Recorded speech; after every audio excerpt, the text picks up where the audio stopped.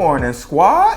Happy Wednesday. Welcome back to MadMizz Sports Morning Show, the number one spot for everything sports talk, sports news, sports debate in the morning. We got a beautiful rundown this Wednesday. Of course, we got a breakdown, opening night, ring ceremony for the Dubs, the Warriors, Celtics, Sixers. Got to get my big takeaways from those two games. Then we got to look forward into tonight. And what's the most intriguing matchup tonight with a full slate of games coming on in the NBA? So, yeah, what's my most intriguing matchup tonight? Then to end it off, we got to end it off with the Phillies knocking off the Padres in the first game of the NLCS, and then the Yankees facing the Astros in the first game of the ALCS tonight. Got to give my take on October baseball, finally. Let's get into it, gang. So let's touch on the first game from opening night of the Philadelphia 76ers at the Boston Celtics. You had 70 combined points from Jason Tatum, Jaylen Brown. They look like the same old team. I feel like they're missing Tom Lord right now, and they're definitely going to need Robert Williams back ASAP. They can't protect the rim like they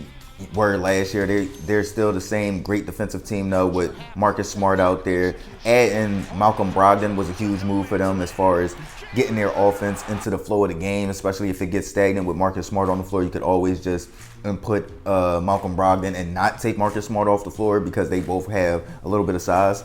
But yeah, I was impressed by what I've seen from the Celtics. As far as what I've seen from the Sixers, it looked like the same old Sixers. Embiid turn, Harden turn, Embiid turn, Harden turn. And they're slow as a mug because their best player is slow as molasses. Joel Embiid. When your best player is a big man, you're 9 times out of 10 going to be a slow team. So they're slow and they don't have any movement, no plays. You get what I'm saying? It's Harden ISO, Embiid ISO. Then they might toss it to Toby every now and again. And then, of course, Maxey. Then you give Maxey the ball every now and again. So to me, it's just your turn, my turn. And that's not going to take the Sixers very far in the playoffs. I mean, they're going to win some games, but it's not going to take them far in the playoffs. Let's move forward to the ring ceremony. The Warriors versus the Lakers. Lakers coming into Chase Center in San Francisco to face the Golden State Warriors. What I've seen from that is just like what I said. The Golden State Warriors are way too deep. Their athleticism on the floor is just astonishing at this point. When you got Jonathan Kuminga coming into his second year, you got James Wiseman going into his third year, didn't play all last year, so you know he eager, he jumping out the gym. Then you got, of course, you still got Kevon Looney and you got Draymond Green on the front line. They might have the best starting lineup. Then they got a second starting five when you think about Jordan Poole, Dante DiVincenzo, Moses Moody, Jonathan Kuminga, James Wiseman. They are stacked. Then they got JaMychal Green out there. You know what I'm saying? So they are stacked, man. They are stacked, and the Lakers look like the same old Lakers.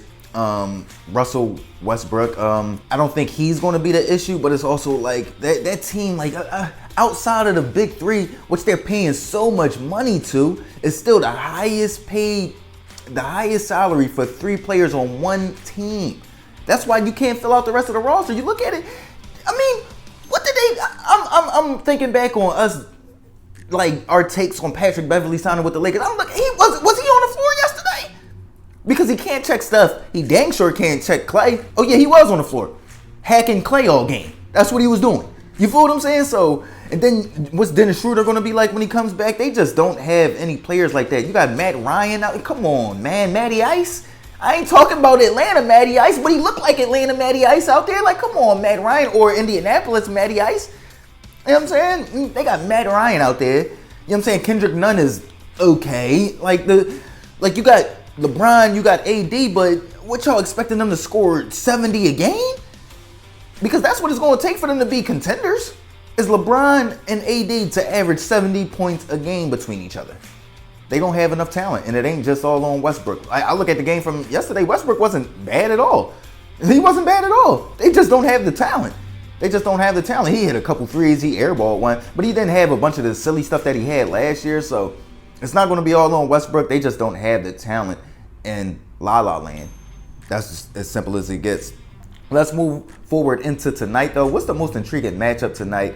To me, I don't know why this matchup wasn't the first game on ESPN. They got the Knicks versus, I forgot who, but they got the Knicks on. Like, I don't get why ESPN has the Knicks on tonight over the Brooklyn Nets facing the New Orleans Pelicans when you got Zion Williamson, CJ McCollum, Brandon Ingram all on the New Orleans Pelicans. You got Kyrie Irving, Kevin Durant, and Ben Simmons all on the Brooklyn Nets. Darn! Why that game ain't on TV tonight. But that's going to be the most intriguing matchup to me. I want to see how, to me, I'm not going to get a real answer from the Brooklyn Nets until it gets deep into the season, until probably about, I'm going to say the All-Star break, because then it's going to say, all right, how many games is Kyrie playing? Is Kevin Durant healthy? Is Ben Simmons playing better? Is Ben Simmons finishing when he has the opportunity to finish and not overthinking things? So for me, I'm not really going to get my true answer about the Brooklyn Nets until probably like the All-Star break, but I'm going to be looking in on the Pelicans because I want to see how this team that finished so strong last year is going to look incorporating Zion Williamson, a slim Zion Williamson, into the lineup, who was supposed to be a one of one, according to Kevin Durant. So to me, I'm really interested in seeing how Zion Williamson is going to play tonight and how the Brooklyn Nets are going to try to defend Zion Williamson because they don't have the athleticism or the enforcers in the middle to try to stop him from getting to the paint. So I'm very interested in seeing how that game goes, how CJ McCollum comes out, and then how Brandon Ingram comes out. I just want to see how that team comes together with Willie Green coaching them. I think they might be a little bit better team than actually the Brooklyn Nets when you think about the coaching and then everybody knowing their role with the Pelicans. So I'm very interested in seeing how that game goes. I would be surprised if the Brooklyn Nets came out and dominated. So that'll be a little bit surprising to me, but I'm looking for this Brooklyn Nets New Orleans Pelicans game and how Zion Williamson, CJ McCollum, Brandon Ingram all come together under the coaching of Willie Green. Let's move forward finally into October baseball though. We had the Phillies beat the Padres yesterday 2-0 to take game 1 of the NLCS, and you got the Yankees going to face the Houston Astros. Well, not going to face the Houston Astros. I think the Houston Astros no, they are flying to Houston. They flew to Houston last night to face the Astros in the ALCS. And what I'm expecting is hard because I'm really not like too in depth into baseball, like starting lineups, who's the pitching rotation, and this, that, and the third. Like I know the Padres are supposed to have a special pitching rotation. When it comes to the Phillies and Padres, I'm leaning a little bit towards the Phillies just because they have that.